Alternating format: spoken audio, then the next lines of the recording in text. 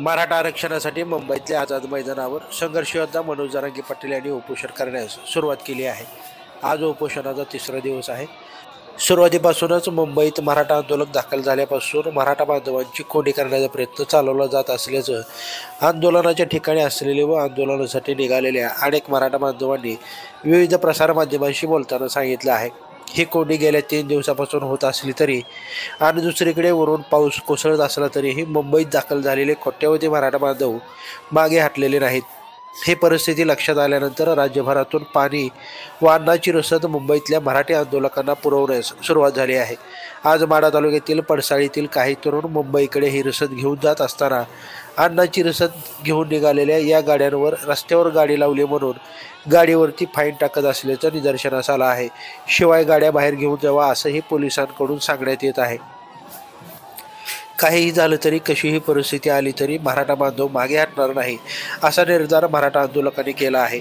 Chhatrapati Shivaji Maharaj terminus येथे या आंदोलनाचा उत्साह टिकून राहण्यासाठी मराठा आंदोलक तर आझाद मैदान व वेगवेगळ्या ठिकाणची आज मिळालेली दृश्य पहा।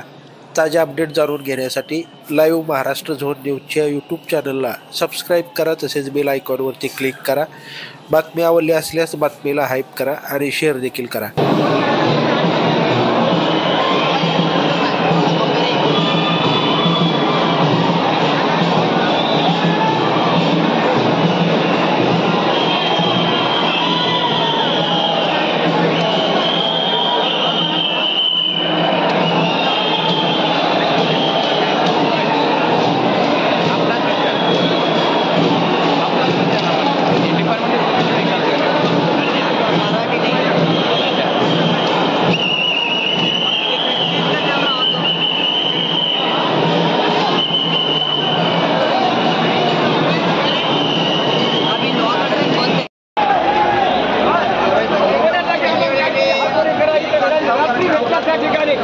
बॅरिकेडच्या मधून म्हणजे घड्याळी म्हणजे रेल्वे स्टेशनच्या साईडला